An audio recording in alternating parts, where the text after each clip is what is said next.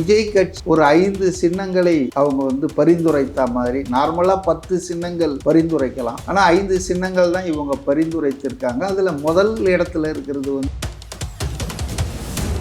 விஜய் அவர்களுடைய கட்சிக்கு என்ன சின்னம் கிடைக்கும்? லியோ வெற்றி விழா அந்த வெற்றி ஃபங்க்ஷன்ல சக்சஸ் மீட்ல கப்பு முக்கியம் பிகிலுன்னு ஒரு டயலாக் அடிச்சாரு. அதனால அதுல கப்பும் இருக்குது பிகிலும் இருக்குது. கப்பு முக்கியம் பிகிலு. Simple is not a big thing. அதிமுகவில் அந்த சின்னம் இரட்டை இலை சின்னம் தான் ரொம்ப பெரிய இது. அது யாருக்கு கிடைக்கும்? அது இருக்கிறவங்க தான் அந்த கட்சி, அதான் வெற்றி சின்னம், எம்ஜிஆர் சின்னம்லாம் சொல்லி தெரிஞ்சாங்க. ஆனால் பழனிசாமி 10 தோல்வி பழனிசாமின்னு பேர் வாங்கினார். எந்த சின்னத்தில் போட்டி போட்டார்? உதயசூரியனுக்கு ஓட்டு போட்டுகிட்டே இருந்தாங்க மக்கள். அதுவும் ரொம்ப பாப்புலர். அண்ணா எல்லாம் கொண்டு வந்தது. எம்ஜிஆரே உதயசூரியனுக்கு தான் ஓட்டெல்லாம் கேட்டார். வெளியே இரட்டை இலைன்னு இந்த திண்டுக்கல் நாடாளுமன்ற இடைத்தேர்தல் மாயத்தேவரை நிறுத்தினார். அப்போ அவர் தேர்ந்தெடுத்த சின்னம் இரட்டை இலை. அதுக்கு மக்கள் ஓட்டு போட்டாங்களா? அப்போ யாருக்கு ஓட்டு போடுறோம், எதுக்காக ஓட்டு போடுறோம்? ஓ, இவர் சின்னம் இதுவா, அப்போ இந்த சின்னத்துக்கு ஓட்டு போடு. அப்படி தான் சின்னம் பாப்புலர் ஆகுது தவிர by virtue of the symbol யாரும் ஜெயிக்கிறது இல்லைங்க. இன்னைக்கு ஜனங்க எந்த அளவுக்கு இருக்காங்க விவரமானா, விஜய் நிற்கிறாருல, அவர் கட்சி சிம்பிள் என்ன சொல்லுங்கன்னு கேட்டு ஓட்டு போட்டு போவாங்க. இந்த சின்னத்துக்கு ஓட்டு போடுறதெல்லாம் கிடையாது. எந்த ஒரு கட்சி தலைவருக்கும் இல்லாத அளவுக்கு கண்டிஷன்ஸ் விஜய்க்கு தான் இருக்கு. ஒரு 50 வருஷத்துக்கு மேல அரசியல் இருக்கிற செங்கோட்டையனே அதிர்ந்து போற அளவுக்கு, கேள்விப்பட்டே இல்லாத அளவுக்கு 54 நிபந்தனைகளாம். அதை படிச்சு பார்த்து அதுக்கு தலை சுத்திடுச்சு அவருக்கு. என்ன ஒரு கண்டிஷன்னா, இன்க்ளூசிவ் நியூஸ் தமிழ் நேயர்களுக்கு வணக்கம். இன்றைக்கு நேர்காணல நம்ம கூட இணைஞ்சிருக்காங்க அரசியல் விமர்சகர் திரு மதிவாணன் அவர்கள். நிறைய கேள்விகள் கேட்க போறோம், வாங்க பேசலாம். வணக்கம் சார். விஜய் அவர்களுடைய கட்சிக்கு என்ன சின்னம் கிடைக்கும் அப்படின்னு பார்க்கும்போது நிறைய பேர் விசில சொல்றாங்க, விசில் தான் கிடைக்கும்னு சொல்றாங்க. பிகில் படத்தை ஒப்பிட்டு நிறைய பேர் சொல்றது மோதிரம் சொல்றாங்க.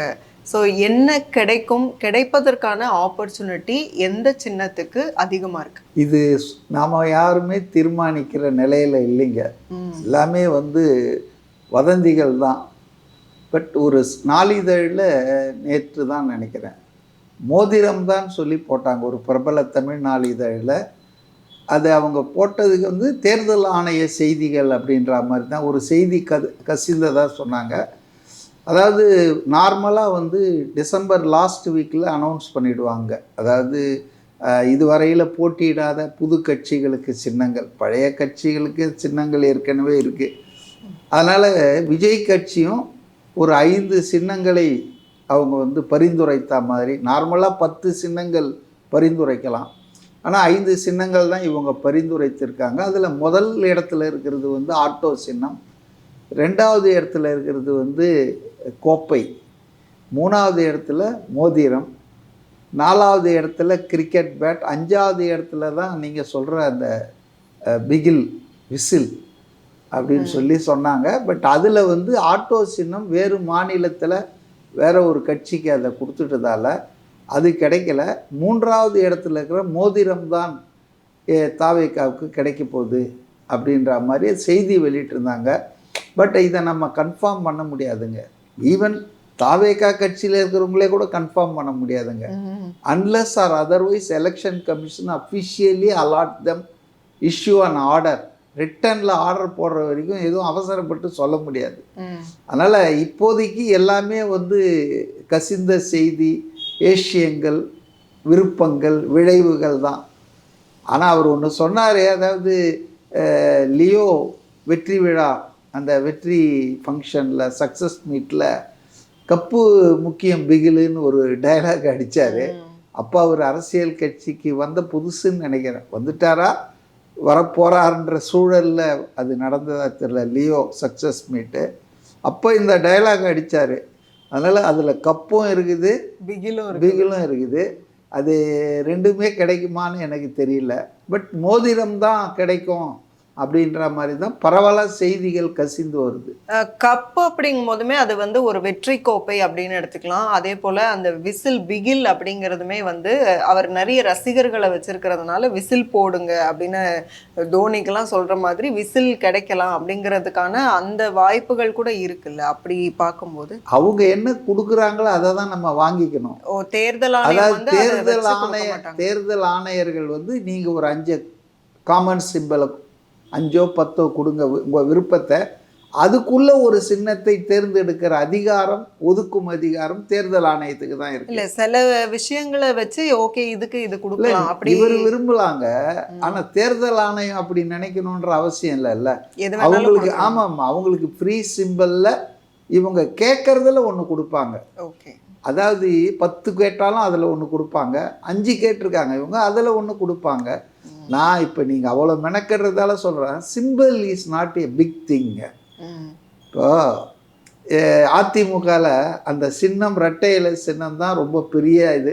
அது யாருக்கு கிடைக்கும்? அது இருக்கிறவங்க தான் அந்த கட்சி, அதான் வெற்றி சின்னம், எம்ஜிஆர் சின்னம்லாம் சொல்லிட்டு தெரிஞ்சாங்க. ஆனால் பழனிசாமி 10 தோல்வி பழனிசாமின்னு பேர் வாங்கினார். எந்த சின்னத்தில் போட்டி போட்டார்? சேம் இரட்டை இலை. இப்போ இரட்டை இலை என்பது ஆட்டோமேட்டிக்காக வெற்றியை தேடி தராது. அது யார் கையில் இருக்குது, யாருக்கு அதை வந்து ஜனங்க ஓட்டு போட விரும்புகிறாங்கன்றது ஆளையும் பொறுத்து இருக்குது. ஸோ சின்னம்ன்றது ஒரு குறியீடு தாங்க. இப்போ அநேகமாக சின்னமே மாறாத கட்சிகள்னு பார்த்தீங்கன்னா இந்தியாவில் தொடக்கத்துலேருந்து திமுக சொல்லலாம், அப்புறம் வந்து கம்யூனிஸ்ட் கட்சிகளை சொல்லலாம். அவங்க சின்னங்கள் தான் மாறாதது. மற்ற எல்லா கட்சியும் மாறி இருக்குதுங்க. ஈவன் பிஜேபிக்கு முதல்ல ஜனசங், பாரதிய ஜனசங்கமாக இருக்கும்போது அகல் விளக்கு தான் இருந்தது. அதுக்கப்புறம் அது வந்து பிஜேபி ஆன பிறகு தான் தீபம் இல்லை, இப்போ தாமரை லோட்டஸ் வந்துடுச்சு. நடுவில் இவங்க வந்து கட்சியை கலைச்சிட்டு ஜனதா பார்ட்டியில் மெர்ஜா இருந்தாங்க இல்லையா 1977 அந்த வாக்கில். அப்போ வந்து ஏர் உழவன் சின்னம் ஜனதா கட்சி சின்னத்தை தான் வச்சுருந்தாங்க. அதனால் காங்கிரஸை பார்த்தீங்கன்னா நான் பார்த்துருக்கேன் சின்ன வயசில் காளை மாட்டு சின்னம், அதுக்கப்புறம் பசுவும் கன்றும் வந்தது, அப்புறம் ராட்டை சுற்றும் பெண்மணி ஒன்று வச்சுருந்தாங்க, அப்புறம் இப்போ கை, இது கொஞ்ச நாளாக இருக்குது கை சின்னம். அதனால் சின்னங்கள் முக்கியம் இல்லை. நான் இன்னொரு உதாரணம் சொல்கிறேன். இன்னொன்று, விஜயோட கட்சி புதுசாக இருக்கிறதுனால எந்த ஒரு சின்னமாக இருந்தாலும் அது வந்து ஈஸியாக ரெஜிஸ்டர் ஆகிற சின்னமாக இருந்தால் it will be easy for them. அதை இவங்க ஈஸியாகிடுவாங்க. ஏன்னா இப்போ நவீன தொழில்நுட்பம், நவீன இந்த இன்டர்நெட்டு, சமூக ஊடகங்கள் மூலமாக ஒரே நாளில் இது பாப்புலர் ஆகிடுங்க. பழைய காலத்தில் மாதிரி சின்னத்தை எப்படி கொண்டு போய் சேர்க்கறது, ஜனங்களுக்கு பாமர மக்களுக்கு சொல்லணுமே அப்படின்லாம் அந்த கதையெல்லாம் இப்போ கிடையாதுங்க. அந்த எல்லாமே மாறிடுச்சுங்க. ஃபர்ஸ்ட் ஆஃப் ஆல் இந்த சிம்பல்ன்றது, சின்னம்ன்றது ஒரு குறியீடு தான். அது வெற்றியை தேடி தர்றது கிடையாது. யாருடைய சின்னம்ன்றது தான் அங்கே மெயின். எம்ஜிஆர் சின்னம். இப்போ உதயசூரியனுக்கு ஓட்டு போட்டுகிட்டே இருந்தாங்க மக்கள். அதுவும் ரொம்ப பாப்புலர், அண்ணா எல்லாம் கொண்டு வந்தது. எம்ஜிஆரே உதயசூரியனுக்கு தான் ஓட்டெல்லாம் கேட்டார். ஆனால் அவர் வெளியே வந்து இரட்டை இலைன்னு இந்த திண்டுக்கல் நாடாளுமன்ற இடைத்தேர்தல் மாயத்தேவரை நிறுத்தினார். கட்சியிலேருந்து வெளியே வந்தோன்னா 74ன்னு நினைக்கிறேன். கட்சி 72 தொடங்கினார். சட்டமன்ற தேர்தல் 5 வருஷம் கழித்து தான் வந்தது, 77 ஜெயிச்சார். ஆனால் நடுவில் வந்து பாராளுமன்ற இடைத்தேர்தல் ஒன்று வந்தது திண்டுக்கல்ல. மாயத்தேவர்னு ஒரு ஆள் நிறுத்தினார். அப்போ அவர் தேர்ந்தெடுத்த சின்னம் இரட்டை இலை. அதுக்கு மக்கள் ஓட்டு போட்டாங்களா? அப்போ யாருக்கு ஓட்டு போடுறோம், எதுக்காக ஓட்டு போடுறோம், ஓ இவர் சின்னம் இதுவா, அப்போ இந்த சின்னத்துக்கு ஓட்டு போடு, அப்படி தான் சின்னம் பாப்புலர் ஆகுது தவிர by virtue of the symbol யாரும் ஜெயிக்கிறது இல்லைங்க. இப்போ இரட்டை இலையுமே சரி, உதயசூரியன் சின்னமுமே சரி, இது ரெண்டுமே வந்து தேர்தல் ஆணையம் தன்னிச்சையாக கொடுத்தது தானே? ஆமாங்க. இவங்க கேட்ட out of their choice 4 or 5, 10, இப்போ 10ன்றாங்க. இப்போ விஜய் கூட 5 தானே. அவர் ஃபஸ்ட்டு வந்து ஆட்டோ தானே கேட்டார். அவருடைய ஃபஸ்ட்டு ப்ரியாரிட்டி வந்து காமன் மேன்ஸ் வெஹிக்கிள், எல்லாரும் பயணிச்சிருப்பாங்க, நகரம் கிராமங்கள், அதில் ஏறாத ஆளே இருக்க முடியாது, அதை தான் கேட்டார். But unfortunately that was allotted on priority. Election commission சிலது செய்கிறாங்கன்னா அவங்களுக்குன்னு சில ரூல்ஸ் அண்ட் ரெகுலேஷன் வச்சுருப்பாங்க. இவங்களுக்கு முன்னாலேயே அவங்க கேட்டிருப்பாங்க முன் தேதிட்டு, அப்போ அவங்களுக்கு தானே கொடுப்பாங்க. அந்த மாதிரி அவங்களுக்கு கிடைக்கல. ரெண்டாவது நம்ம இப்படி அழட்டிக்க வேணாம் சிம்பிளுக்காக. சிம்பிள் வந்து அது ஒரு குறியீடு தான். ஓ விஜய் கட்சி சிம்பிள் இதுவா? நான் நேற்று கூட ஒரு நேர்காணலில் சொன்னேன். இன்றைக்கி ஜனங்க எந்த அளவுக்கு இருக்காங்க விவரமானா, விஜய் நிற்கிறாருல்ல, அவர் கட்சி சிம்பிள் என்ன சொல்லுங்கன்னு கேட்டு ஓட்டு போட்டு போவாங்க. இந்த சின்னத்துக்கு ஓட்டு போடுறதெல்லாம் கிடையாது. இவருக்கு ஓட்டு போடணும், அவர் சின்னம் என்னது, அவர் நிறுத்துகிற ஆள் யார் கேட்டு தெரிஞ்சுக்கிட்டு அவரை ஆதரிக்கிற நிலைமையில தான் இன்றைக்கி இருக்காங்க. So symbol will not play any big role வெற்றி தோல்வியில். இப்போ விஜய்க்கு வந்து எந்த ஒரு கட்சி தலைவருக்கும் இல்லாத அளவுக்கு கண்டிஷன்ஸ் வந்து விஜய்க்கு தான் இருக்கு அப்படிங்கும்போது அப்போ அதுவுமே பிரதானமாக பார்க்கப்படணுமா அப்படின்னு? நம்ம ஒரு ஜனநாயக நாடுங்க, சட்டத்தின் முன் அனைவரும் சமம் சொல்கிறாங்க. அதே போல் ரூல்ஸ் அண்ட் ரெகுலேஷனும் எல்லாருக்கும் சமமாக இருக்கணும்னு நினைக்கிறது தப்பு இல்லையா?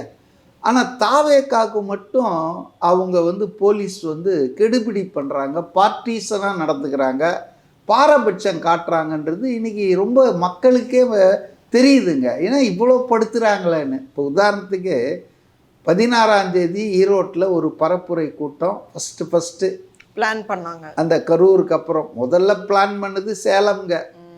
அதை வந்து இவங்க அனுமதி கொடுக்கல. 1 மாதத்துக்கு முன்னால் தான் நீங்கள் பர்மிஷன் கேட்கணுன்னு நிபந்தனைகள் பல போட்டாங்க.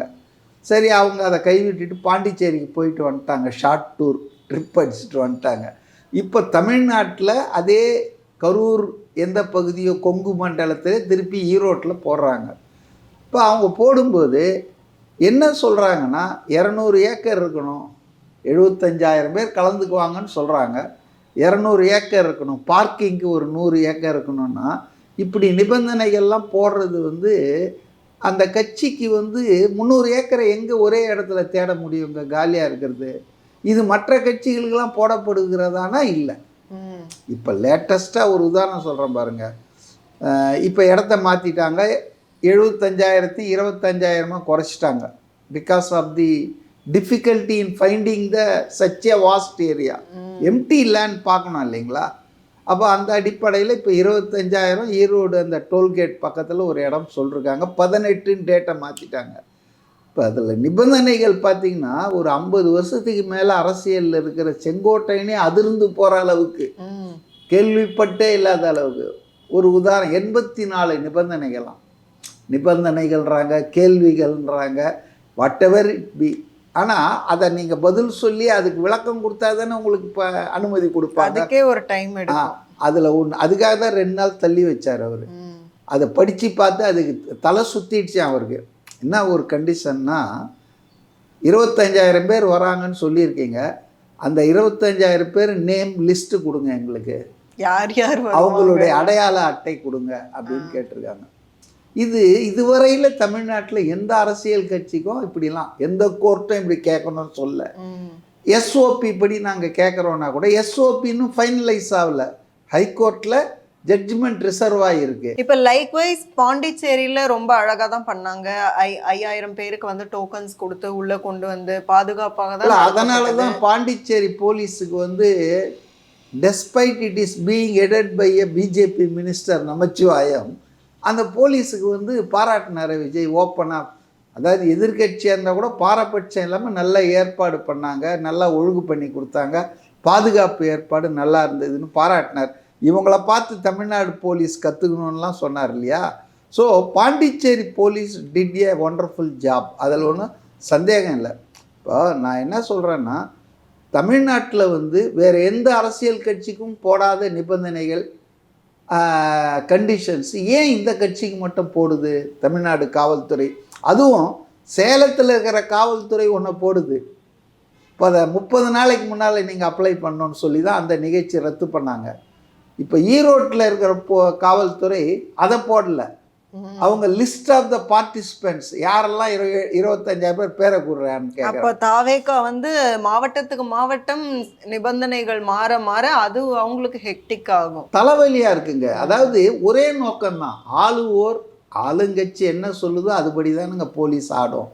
இது வந்து எந்த ஆளுங்கட்சி, இன்றைக்கி திமுக, நேற்று அண்ணா திமுக, எதுவாக இருந்தாலும் ஆளுங்கட்சியினுடைய ஒரு ஏவல் ஆள்கள் தான் காவல்துறையில். அப்போ இது வந்து ஒரு சென்ட்ரலைஸ்டாக அவங்களுக்கு டைரக்ஷன் போயிருக்குன்னு தான் நான் யூகிக்கிறேன். தாவேக்காவுக்கு மட்டும் ஸ்பெஷல் ட்ரீட்மெண்ட் கொடுங்க. அவங்க பர்மிஷன் கேட்டால் கேட்ட இடத்த கொடுக்காதீங்க, இழுத்தடிங்க. என்னெல்லாம் இம்பாசிபிள் கண்டிஷனோ அதெல்லாம் கேளுங்க. இல்ல, விஜய்க்கு இன்னைக்கு ஒரு வந்து ஆள் கேட்டிருக்க, கூட்டம் வந்து அவ்வளோ வருது, இன்னொரு அசம்பாவிதம் நடந்துடக்கூடாது அப்படிங்கிற ஒரு ஒரு கருக்கடையா கூட எடுத்துக்கலாம்ல. இல்லை அதை நான் அப்படி எடுத்துக்கலைங்க. இது டெலிபரேட்டாக வந்து அவரை முடக்கிறதுக்காக, அவர் கூட்டங்கள் நடத்தாமல் தடுப்பதற்காக தடைக்கல்லாக தான், முட்டுக்கட்டையாக தான் நான் பார்க்குறேன். மிக்க நன்றி. உங்களுடைய நேரத்துக்கும் உங்களுடைய கருத்துக்களுக்கும். மீண்டும் இன்னொரு சந்தர்ப்பத்தில் பேசலாம். நன்றி சார்.